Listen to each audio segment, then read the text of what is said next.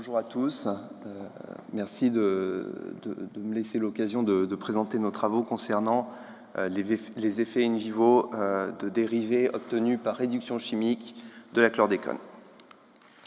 Donc alors tout d'abord, tout le monde connaît la chlordécone, ce pesticide organique qui pollue les sols de nos Antilles. Donc, il faut savoir qu'on l'a évoqué rapidement hier, ce pesticide a une demi-vie au minimum de 5 ans et jusqu'à 50 ans dans certains sols particuliers.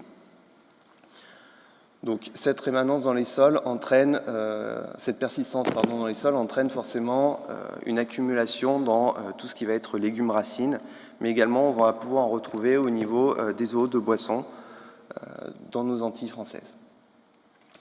Donc, il a été mis en évidence un risque élevé de cancer de la prostate lorsqu'on était exposé à la chlordécone. Donc, il y a eu de nombreuses études sur la chlordécone, notamment chez les personnes qui étaient exposées, les travailleurs, et on a remarqué donc cette incidence très très élevée des travailleurs dans les bananeraies à l'incidence du cancer de la prostate. Alors, quant au mécanisme d'action, maintenant il est à peu près clair. La chlordécone n'a pas un effet cancérigène à proprement parler, il a un effet pro-angiogénique. Alors, l'angiogénèse, c'est la formation de nouveaux vaisseaux sanguins. Et vous savez que pour bien se développer, une tumeur va avoir besoin d'énormément de nutriments et donc d'énormément de vaisseaux. Donc finalement, cette chlordécone, elle agit au niveau du développement de ces nouveaux vaisseaux en favorisant l'irrigation des tumeurs. Donc finalement, on peut faire l'analogie avec une allumette sur laquelle on verserait de l'essence. Donc pour pallier à ce problème d'exposition chronique des sols, on a appliqué une méthode de réduction chimique in situ dans les sols. Donc cette réduction chimique, elle nous permet d'obtenir des métabolites partiellement déchlorés de la chlordécone. Donc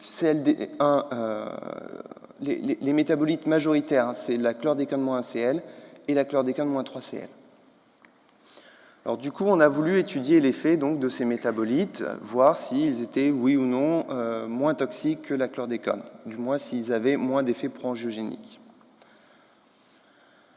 Donc, première chose à faire, c'était déterminer les concentrations que l'on jugeait utiles. Alors, il y a assez peu de données dans la littérature concernant ces concentrations, tout simplement parce que les études sont basées sur des expositions à doses toxiques aiguës et non pas à doses chroniques.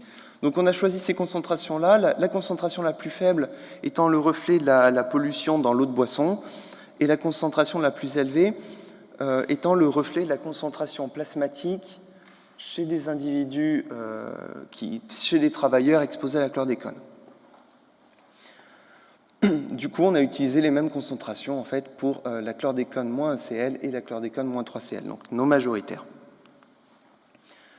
Dans un premier temps, nous avons testé ces deux molécules in vitro sur des modèles, donc ce que l'on appelle des modèles cellulaires UVEX. Les UVEX, ce sont des cellules saines, humaines, endothéliales. L'endothélium, donc, c'est la cellule de base qui compose tous les vaisseaux sanguins. On a exposé ces cellules qui étaient disposées dans une matrice extracellulaire à la chlordécone et à ces deux métabolites. Et on a vu très clairement la formation l'élongation, l'angiogénèse plus élevée au niveau de la chlordécone, comme ce qui était attendu par rapport à nos groupes contrôle, quelles que soient les concentrations. Et plus on déchlorait la molécule, et plus on allait sur quelque chose qui ressemblait à nos contrôles. Donc ces travaux ont été publiés dans le journal ESPR cette année. Et donc, nous avons eu envie de savoir si, est-ce que oui ou non, in vivo, on retrouvait les mêmes effets.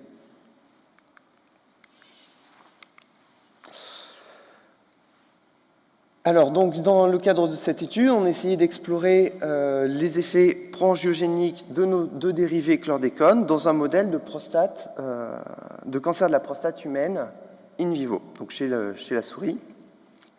Et on a comparé ensuite les différents niveaux d'exposition à la chlordécone et à chaque à chacun de ces métabolites 24 heures après le dernier gavage.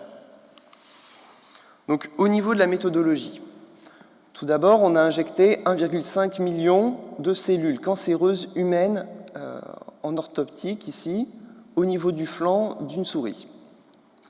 Donc ces souris, c'était forcément des souris mâles, puisqu'on injectait des tumeurs de prostate. Elles étaient atymiques, ce qui veut dire qu'elles étaient immunodéprimées, tout simplement pour tolérer la xénogreffe de cellules cancéreuses.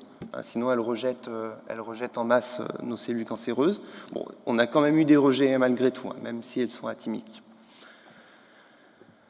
Ensuite, une fois que la greffe a prise, on a gavé les animaux aux pesticides ou à ces différents dérivés à 2 doses, soit 33 microgrammes par kilo, soit 1,7 microgrammes par kilo, pour se retrouver respectivement dans la concentration intermédiaire que l'on a vue tout à l'heure, ici, celle-là, 10-9, et 5-10-8.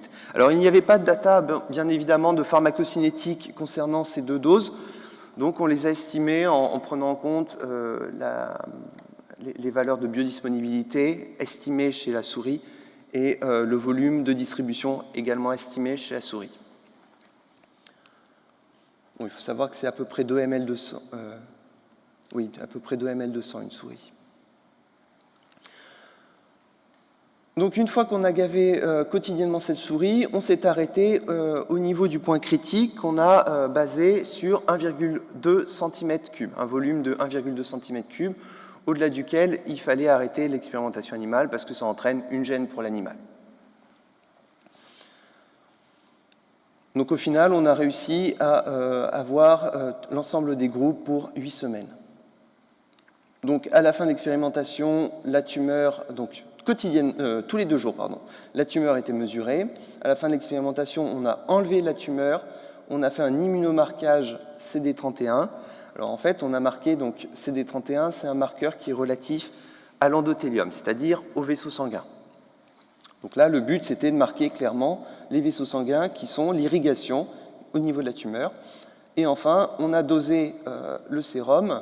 Donc on a anesthésié la souris et on l'a sacrifiée par ponction intracardiaque et on a retiré les 2 ml de sang au niveau du cœur.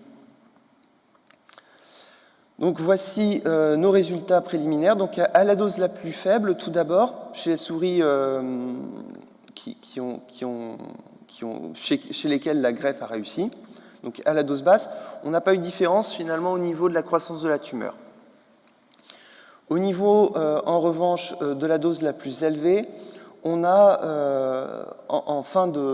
et seulement en fin de traitement, une exposition à la chlordécone qui entraîne un volume tumoral supérieur aux autres groupes. Alors ici, je ne sais pas si on voit très bien. Ça, ce sont les résultats de l'immunomarquage. Donc on a conservé la tumeur dans l'azote liquide. On l'a coupée, donc c'est des tranches de 7 micromètres, et on les a coloriées. Alors en bleu ici, vous avez, donc c'est un marquage d'API, donc qui nous permet de marquer les noyaux de l'ensemble des cellules de la tumeur, et un anticorps qui reconnaît spécifiquement les cellules endothéliales, donc les cellules de nos vaisseaux. Donc ici marqué en vert. Donc on voit que au niveau des cellules des tumeurs qui ont été des souris qui ont été traitées par la chlordécone, vous voyez ici les vaisseaux en vert. Pour la chlordécone -1, ici vous avez les vaisseaux là, ici, et pour la chlordécone -3, par exemple, ici et là. Alors chacune, donc nous avons fait 3 coupes par tumeur, par souris. Les aires de chacun de ces vaisseaux a été calculé, mesuré et rapporté sur la taille du plan. Donc voici les résultats, encore une fois, préliminaires, puisque statistiquement, certains groupes ayant perdu leur greffe, on n'a pas pu aller dans la significativité statistique. Mais finalement, on a quand même une tendance très forte sur une irrigation très très élevée des groupes qui sont traités par la chlordécone. Donc ça confirme finalement ce que l'on avait observé précédemment. De la même façon, chez les groupes qui sont traités par les deux métabolites, on voit qu'on a une diminution de l'air des capillaires également de ces animaux traités, qui est plus ou moins similaire à ce que l'on observe chez les souris contrôle. Alors dans le deuxième groupe, on a eu un petit peu plus de chance, on a eu un petit peu plus d'animaux. Du coup, on a pu mettre en évidence effectivement la différence très significative de l'air de l'irrigation de nos tumeurs au niveau de la chlordécone par rapport à notre contrôle. Et malheureusement, on n'a pas encore pu mettre en évidence de différence entre le groupe chlordécone et chlordécone-1 et le groupe contrôle, par exemple. Mais ces résultats sont très très similaires vraiment à ce que l'on a observé in vitro sur nos cellules endothéliales. Maintenant, au niveau du plasma. Alors, au niveau du sérum plutôt, donc du plasma du sang coagulé. On a mesuré la chlordécone -1 et la chlordécone-3, 24 heures après le dernier gavage. Donc, on n'était plus sur des concentrations résiduelles. Enfin, résiduelles entre guillemets, puisque la chlordécone a une demi-vie de l'ordre d'un mois dans l'organisme. Donc 24 heures post-dernier gavage, on observe ces concentrations donc en molaires de 2,7 10-7 ici pour la chlordécone de concentration.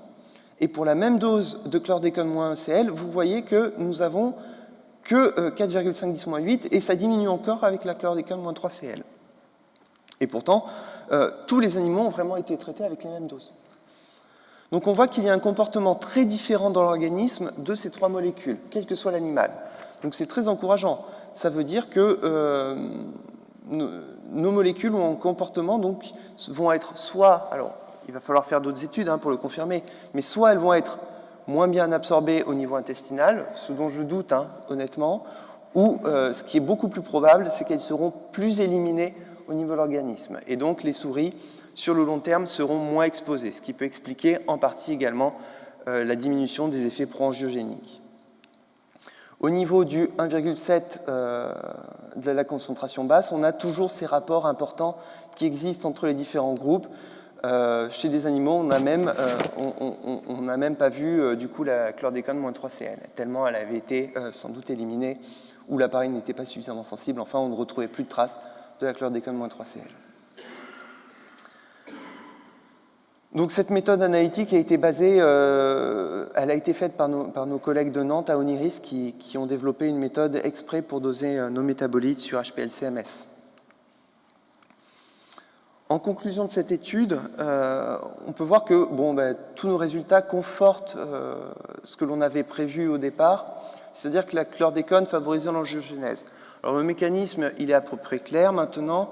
La chlordécone mime à peu près les œstrogènes au niveau endothélial, donc ils vont se fixer sur des récepteurs qu'on appelle les ER-alpha, peu importe, et ça favorise fortement la croissance angiogénétique. Les dérivés, par contre, au début de cette étude, on ne connaissait pas grand-chose. Au niveau de leur comportement et au niveau de leurs effets pro-angiogéniques, il semblerait que ces deux métabolites ont à la fois un effet angiogénique diminué et également les animaux ont une exposition beaucoup plus faible chez ces animaux exposés à la chlordécone, chez ces animaux, exposés aux métabolites par rapport à la chlordécone.